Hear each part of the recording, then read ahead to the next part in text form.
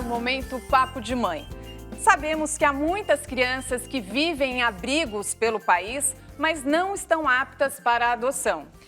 E sabemos também que existe todo um processo para que uma família perca a guarda desta criança. Daí, depois, vem um outro processo para que a família adotiva tenha a guarda. Desta vez, recebemos aqui o desembargador do Tribunal de Justiça do Estado de São Paulo, doutor Antônio Carlos Malheiros, que vai nos explicar todas essas questões jurídicas, e a Adriana Mariani, que adotou um menino quando ele tinha 9 meses. Hoje, ele tem 7 anos e ela ainda não conseguiu regularizar a adoção. Adriana, o que acontece? Olha, a lei prevê vários recursos durante o processo. Da família biológica. Da família biológica. No meu caso, o meu filho ainda não está destituído do poder familiar. Eu fui buscar o Felipe num outro estado, no interior do Rio de Janeiro, e o processo dele corre por lá, a destituição corre por lá. O processo de adoção corre por aqui, porque eu sou daqui, agora ele mora aqui também, né? Então, o processo de adoção está pronto há mais de 5 anos, aguardando somente o trânsito em julgado da destituição. Mas normalmente esse processo é tão longo assim, Adriana? Não deveria, em hipótese alguma, principalmente porque envolve o menor. Isso é ruim, né, doutor? Esse processo tão longo para finalizar aí a adoção? É muito ruim, né? Eu costumo brigar muito pelas varas da infância e juventude, que para mim são as varas especiais, porque tratam da felicidade, do acolhimento das crianças e dos jovens, que são o nosso futuro, né? Eu costumo brigar muito por essas varas, mas, no geral, estou vendo, então, aqui, pelo que você está dizendo, né, Rio de Janeiro é um pouco parecido com São Paulo também, porque ainda falta estrutura nas nossas varas da infância e juventude.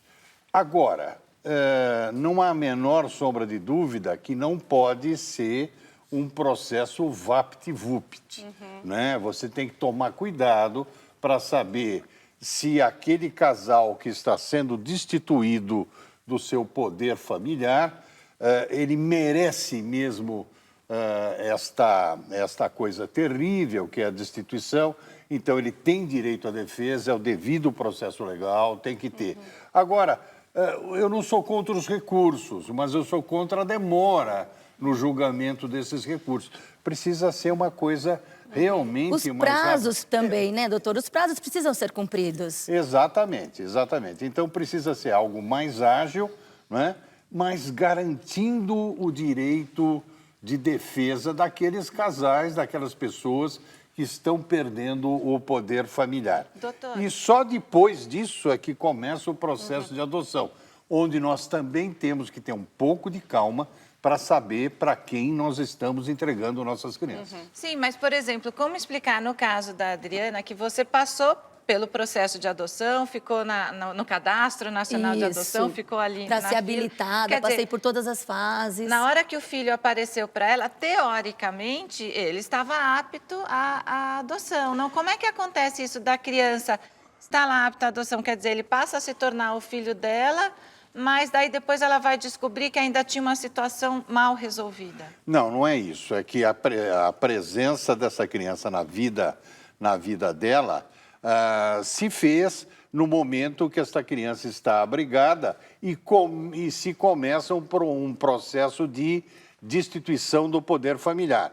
Agora, é difícil eu saber, nesta altura, por que está demorando mais, por que está demorando menos, não é? Mas realmente a demora acontece. Quer dizer, as crianças, elas estão aptas à adoção. Aptas à adoção. E muitas ainda, os pais ainda não perderam o poder familiar. Quer dizer, quando se fala que a criança já está apta, é porque já começou um processo de destituição de poder familiar, né?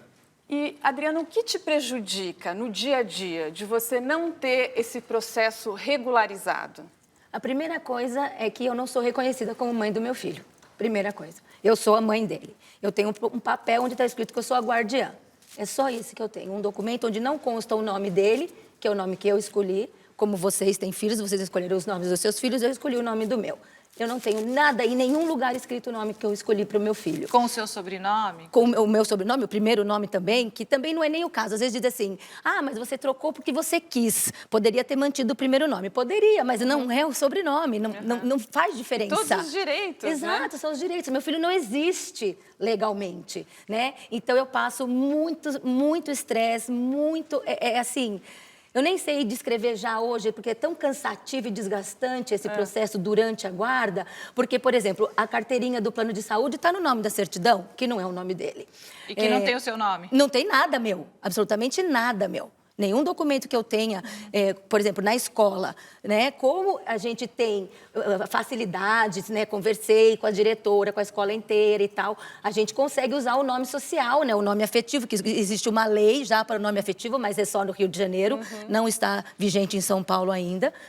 E, então, com a escola, eu não tive problemas no lidar de falar o nome do meu filho, mas todos os documentos estão, né, na chamada. Isso é ruim para ele, isso é péssimo para ele. Quando ele era menor, isso não me incomodava tanto. E mesmo porque eu acreditava que o processo estava num período natural de até 2 anos. Já estamos em mais de 6 anos, então agora ele já entende, ele fica nervoso, ele fica chateado.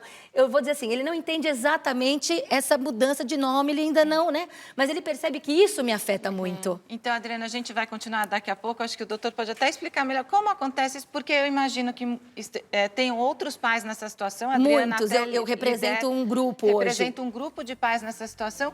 E todo medo de repente, perder esse filho. Será que existe esse risco? O doutor vai falar daqui a pouco. A nossa conversa já continua. Fique com a gente aqui no Momento Papo de Mãe.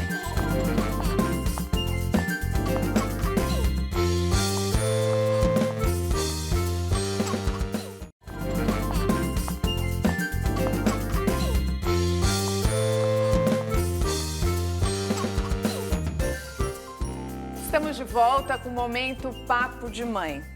Doutor, a Adriana tem a guarda provisória do filho dela. Eu gostaria que o senhor explicasse qual é a diferença de guarda provisória e tutela e se existe o risco, pelo amor de Deus, espero que não, né, dela perder o filho dela, porque esse processo não foi terminado. Pois é. Eu, nesses meus anos todos que eu estou trabalhando nisso, eu não vi nenhuma situação igual a dela se reverter. Em tese, pode se reverter? Pode, né? Mas duvido que se reverta. Acho que você tem que ter um pouquinho, eu sei que não é fácil, mas um pouquinho mais de calma, até para não passar para o nosso menino, né, toda essa sua aflição, porque isso vai acabar se resolvendo. Ela é a mãe. Ela é a mãe dele, né? A gente pode dizer que ela é a mãe dele. Mas é evidente que é mãe, porque eu já há muitos anos que eu falo da família formada pelo afeto. O que está valendo é o que está aqui, você entendeu? O problema é que ela só tem a guarda provisória. E qual a diferença de guarda provisória e tutela, doutor? Não, são coisas diferentes, né? A tutela é um outro instituto. O que ela não está buscando? Ela está buscando a adoção. E essa adoção, daqui a pouquinho está saindo. Né? Que seja pouquinho. Está demorando muito, está demorando muito por 1000 razões, há uma demora. Mas vai acabar saindo, Doutor, não há a menor dúvida nenhuma. A gente pode dizer que quando sai a adoção, quer dizer, o que está faltando para ela seria uma guarda definitiva? É isso? Existe A guarda esse termo? definitiva ela vai ter quando ela tiver o poder familiar, e o poder familiar ela vai ter quando ela tiver a adoção. Que era o antigo pátrio poder, que mudou esse termo, né, doutor? Exatamente, porque não tinha nada a ver com o pai, Até né? porque a sua adoção é uma adoção unilateral. Monoparental. Né? Monoparental, é você que está adotando. Exatamente. Legal, Adotando. bacana. Uhum. E daí, como é que é? Porque ele tem só 7 anos, né? Como é que ele lida com essa situação? É constrangedor quando chamam pelo outro nome, apesar de eu já ter falado, conversado com alguém no pé de ouvido. Olha, isso aqui é só um documento, ele é meu filho por adoção, o nome dele que ele se reconhece é Felipe e tal. Aí chamam João, aí ele olha pra mim e fala assim, mamãe, eles não sabem que meu nome é Felipe? Aí todo mundo olha pra mim com aquela cara de... que eu estou fazendo alguma coisa errada. Parece que eu é que estou errada. Não está, está tudo certo. Doutor, e existe uma lei nova que agora existe um prazo determinado para esse processo ocorrer? Na verdade, tem prazo, mas isso não ocorre dentro do prazo. Né? Qual seria esse prazo? Olha, o prazo para término de um processo de adoção, agora eu não estou com a nova lei na cabeça, mas é prazo de um ano e pouco. 120 dias podendo ser... 120 dias podendo ser... Estendido até 246 meses. 6 meses. Mas não acontece. Não vai acontecer. Né? Então, acaba acontecendo, conforme eu estava dizendo, sempre após um ano. Quer dizer, um é o prazo legal e outro é o prazo real, né, do que vai acontecer. Isso sempre acaba acontecendo mais de um ano ou até 2 anos. 7, no caso isso dela.